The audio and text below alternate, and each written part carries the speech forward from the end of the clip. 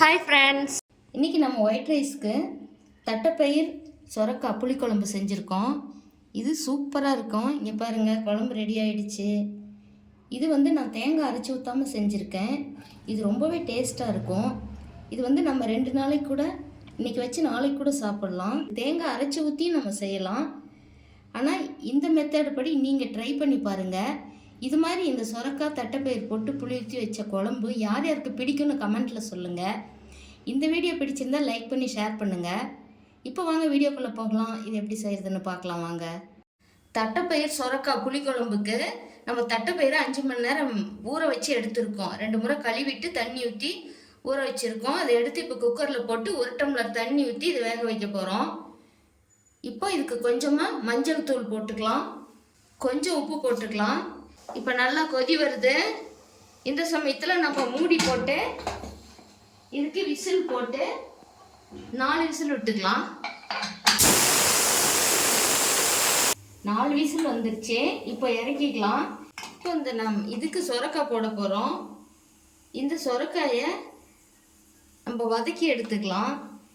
இதுக்கு கொஞ்சம் வடசட்டியில் எண்ணெய் ஊற்றிக்கலாம். 1.5 ஸ்பூன் அளவுக்கு எண்ணெய் ஊற்றிக்கலாம்.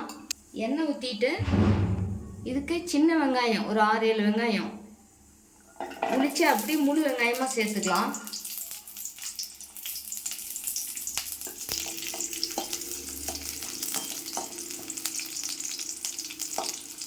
இந்த வெங்காயத்தோடைய ஒரு தக்காளி கட் பண்ணி வச்சிருக்குது, இதையும் இதோட சேர்த்துக்கலாம். இந்த தக்காளி கொஞ்சம் நல்லா இதில் வதங்கிட்டோம். எண்ணெயிலேயே வெங்காயம் தக்காளி எல்லாம் எண்ணெயில் கொஞ்சம் வதங்கினொட்டி நம்ம இது வதங்கிறதுக்காக கொஞ்சமாக உப்பு போட்டுக்கலாம். ஏற்கனவே தட்டைப்பயிரில் கொஞ்சம் உப்பு போட்டிருக்கோம். இது வதங்கிறதுக்காக கொஞ்சமாக உப்பு சேர்த்துக்கலாம். உப்பு சேர்த்துட்டு இது கொஞ்சமாக மஞ்சள் தூள் சேர்த்துக்கலாம். நம்ம ஏற்கனவே தட்டைப்பயிர்லேயும் மஞ்சள் தூள் போட்டிருக்கோம், இதில் கொஞ்சம் போட்டுக்கலாம். போட்டுட்டு இந்த தக்காளி நல்லா மசிய வர்ற அளவுக்கு இதை வதக்கிக்கலாம். இந்த வெங்காயம் அப்படியே கொஞ்சம் பாதி வெந்தால் கூட போதும். ஏன்னா திரும்ப இது தட்டைப்பயிரில் சேர்த்தும் பொழுது இந்த வெங்காயம் எல்லாம் வெந்துக்கும். இப்போ இந்த தக்காளி கூடவே ஒரு 3/4 ஸ்பூன் அளவுக்கு கொத்தமல்லி தூள், 3/4 ஸ்பூன், இது 1 ஸ்பூன் அளவுக்கே வரும். 1 ஸ்பூனுக்கு கொத்தமல்லி தூள் சேர்த்துட்டு குழம்பு மிளகாத்தூள்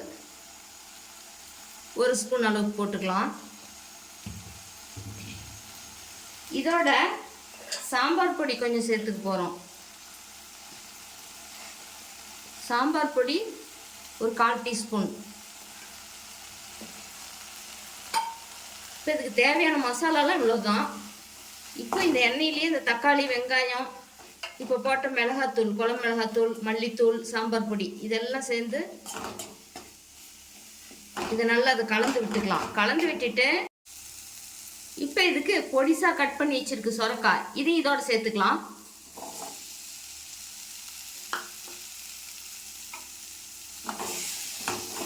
இப்போ இந்த காய் வெங்காயம் தக்காளி இதெல்லாம் நல்லா கலந்து விட்டுக்கலாம். நம்ம கொஞ்சமாக உப்பு சேர்த்துருக்கோம், அப்புறமா உப்பு சரி பார்த்துக்கிட்டு நம்ம போட்டுக்கலாம். இப்போ இந்த காய் 1 நிமிஷம் இந்த தக்காளியோட காய் வெங்காயம் எல்லாம் வதங்கட்டும். இப்போ இந்த காய் 1 நிமிஷம் வதங்கிடுச்சு. இப்போ இதை இறக்கி வச்சுட்டு நம்ம குக்கரை திறந்து இதில் தட்டைப்பயிர் எந்த அளவுக்கு வெந்திருக்குன்னு பார்த்துக்கலாம்.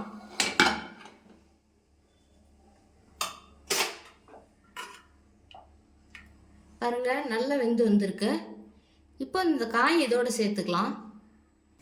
இப்போ இந்த காய் இதோட சேர்த்துக்கலாம் தட்டைப்பயிரோட.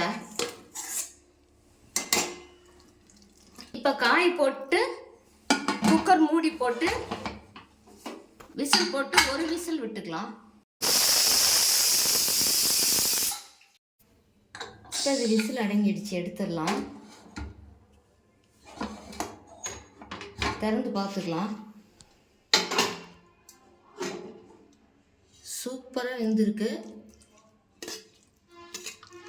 இப்போ இதுக்கு ஒரு குட்டியாக நெல்லிக்காய் அளவு புளி எடுத்து கரைச்சி வடிகட்டி வச்சுருக்கேன், இதை இதோடு சேர்த்துக்கலாம்.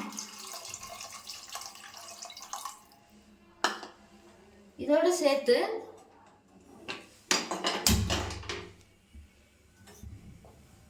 இந்த புளி இதில் கலந்து இந்த பச்சை வாசம் போகிற அளவுக்கு கொதிக்கணும்.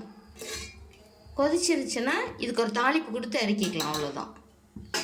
இது வந்து விசில் போட வேணாம், அப்படியே கொஞ்ச நேரம் கொதிக்கிட்டோம்.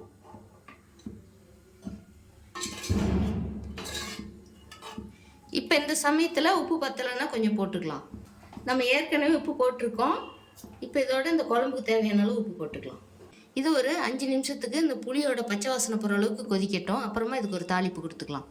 இந்த புளி தண்ணி ஊற்றி இந்த குழம்போட நல்ல இந்த புளி தண்ணியோட பச்சை வாசனை போய் நல்லா குழம்பு கொதிச்சு வந்துருச்சு பாருங்கள்.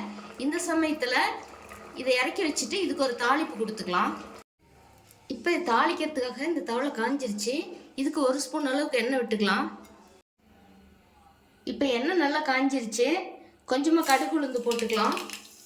இந்த கடுகு உளுந்து பொரியும் போதே ஒரு 5-6 வெந்தயம் வாசனைக்காக இது சேர்த்துக்கலாம். சேர்த்துட்டு இதோட ஒரு வரமிளகாய் போடுறேன். போட்டுட்டு கொஞ்சம் கருவேப்பிலை இலைகள் இதோட போட்டுக்கலாம்.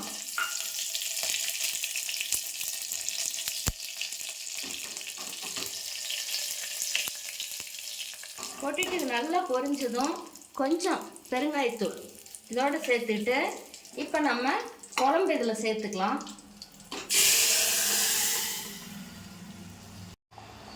இப்போ குழம்புக்கு தாளிப்பு கொடுத்து இப்போ கொஞ்சம் 1 நிமிஷம் அளவுக்கு கொதிச்சிருச்சு. இந்த சமயத்தில் கொஞ்சம் ஃப்ரெஷ்ஷான கொத்தமல்லி இலைகளை போட்டு ஸ்டவ் ஆஃப் பண்ணிடலாம். அவ்வளோதாங்க, மணக்க மணக்க தட்டைப்பயிர் புளிக்குழம்பு சொரக்காய் போட்டு ரெடி ஆயிடுச்சு. இப்போ இது சாதத்துக்கு பரிமாறி சாப்பிட செம்மையாக இருக்கும். இது மாதிரி நீங்களும் செஞ்சு பாருங்கள். செஞ்சு பார்த்துட்டு உங்களுடைய ஃபீட்பேக்கை கமெண்ட் பாக்ஸில் சொல்லுங்கள். இந்த வீடியோ பிடிச்சிருந்தால் லைக் பண்ணி ஷேர் பண்ணுங்கள், சப்ஸ்கிரைப் பண்ணுங்கள். தேங்க்யூ.